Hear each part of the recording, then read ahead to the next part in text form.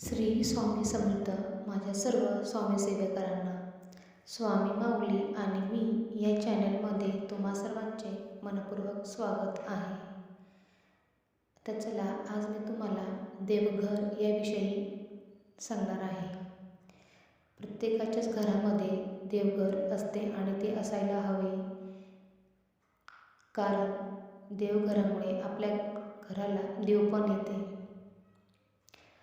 देवघर हे एक असे आहे की ज्यांच्या घरात आहे त्यांच्या घरामध्ये प्रचंड देवशक्ती निर्माण होते आणि देवघराची प्रत्येकालाच गरज असते आणि ती असायला हवी. ज्यांच्याकडं नाही त्यांनीही छोटंसं का होईना पण देवघर प्रत्येकाच्या घरामध्ये असावे. तर देवघराचेही काही नियम आहेत, तर ते तुम्हाला मी आता सांगणार आहे. देवघर हे नेहमी चौकोनी आकाराचे असावे आणि ते लाकडाचे, शिसो म्हणतो आपण, किंवा सागाचे किंवा एखाद्या फळ झाडाचे असले तरीही चालेल. देवघर हे शयनगृहात किंवा तळघरात नसावे, कारण ते जर शयनगृहात किंवा तळघरात असले तर आपण केलेली पूजा ही पूर्ण होत नाही, आपल्याला त्याचं फळ मिळत नाही. देवघर हे भिंतीवर टांगून ठेवू नये.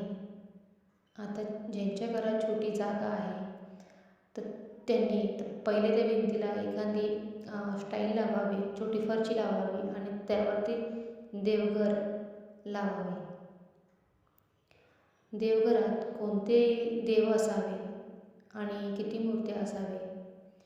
शक्यतो देवघरामध्ये एकाच देवाच्या 2 किंवा 3 जास्त मूर्त्या नसावे. तुम्ही तुमच्या देवघरात तुमच्या कुलदेवतेचा फोटो किंवा मूर्ती असायलाच हवी. गणपती जर तुमच्या देवघरात जर मूर्ती असेल तर ती मध्यभागी तुम्हाला ठेवावी लागते आणि बाळकृष्ण जर असेल तर ते तुम्हाला उजव्या साईडला ठेवायला पाहिजे.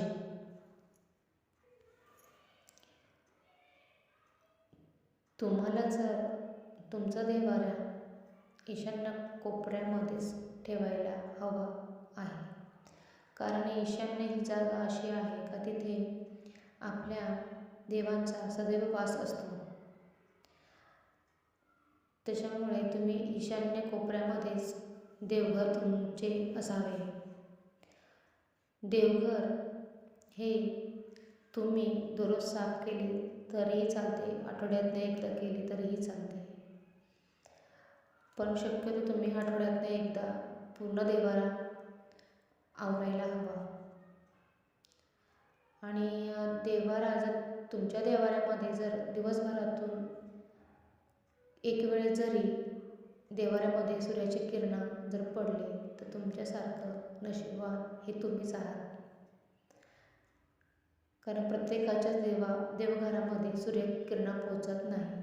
असे किंचित आहे की त्यांच्या घरामध्ये सूर्याची किरणं पोचतात. देवघरात तुम्ही नेहमी दिवा तुमचा अखंड चालू ठेवावा. वातोडी खाली करून ठेवायची. जो नंददीप असतो तो छोटा, तो तुम्ही लावायला हवा, कारण दिवसभर जर दिवा चालला संध्याकाळपर्यंत तर आपल्या देवघरात अंधार पडत नाही, आपलं घरही प्रसन्न राहतं. आणि शक्यतो तुम्ही निरांजन दिवा हे आग्नेय कोपऱ्यातच लावायला हवे. धूपही तुम्ही तिथं स्टँड आग्नेय कोपऱ्यातच ठेवायला हवे. तर हे सगळे नियम तुम्ही नक्की पाळा.